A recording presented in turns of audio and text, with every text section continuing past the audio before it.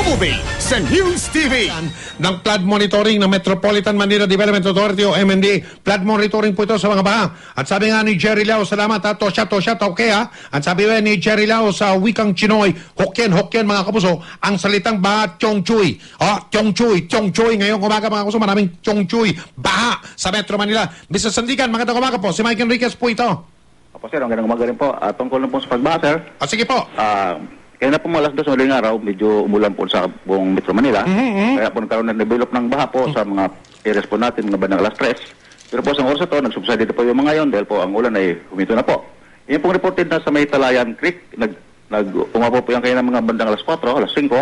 Pero po sa ngayon po, clear na po siya, subsided na po. Yung po sa may Pitwason nga kayo na pong alas 3, alas 4 po na medyo malalim po. Pero ngayon po, clear na po dahil report po ng aming DOE na si Engineer Badwell. Clear na po sa oras na ito. Yung pong, lahat naman pong mga reported na mga flooded areas po ay ngayon sa kayo po ay subsided na. So, sa mga tweet, Mr. Sandigan, sinasabi niyo yung ba sandali lang humupa na. Pero mamaya si Cara Mateo, yung Quiapo Underpass, hindi na raw madaanan ng mga sasakyan. Sir, ano ba kayong balita niyan dyan? Sa flood sir, ano po monitoring? yun, sir? Nadadaanan po yung mga positive po sa baha. Positive po may tubig, sir, pero okay naman po sa mga sasakyan. Okay na yun? O sige, tapos yung Biluna, may kuha kami live na video. Sa oras po na ito, sir, yung Biluna kasi po yung lugar na yung kalahati na ng sasakyan. Tubig doon. May baha.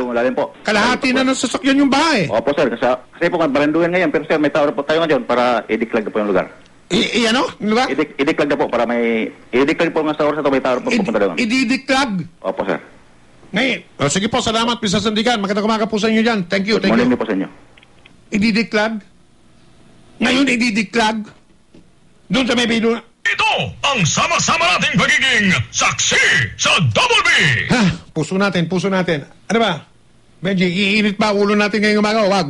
Wag natin sabayan yung mga pagbaha. Ito ang sama-sama nating pagiging saksi sa Double B! Papadala daw ang MMDA ng tao dyan sa Biluna para i-declag yung lugar na yan. Kayong mga binabaha dyan. Kayong mga sasakyan na natirikan dyan. Mga kapuso, magandang umaga po sa... Ngayon, i-declag. Alas 6:47. Ngayon... Double B sa News TV.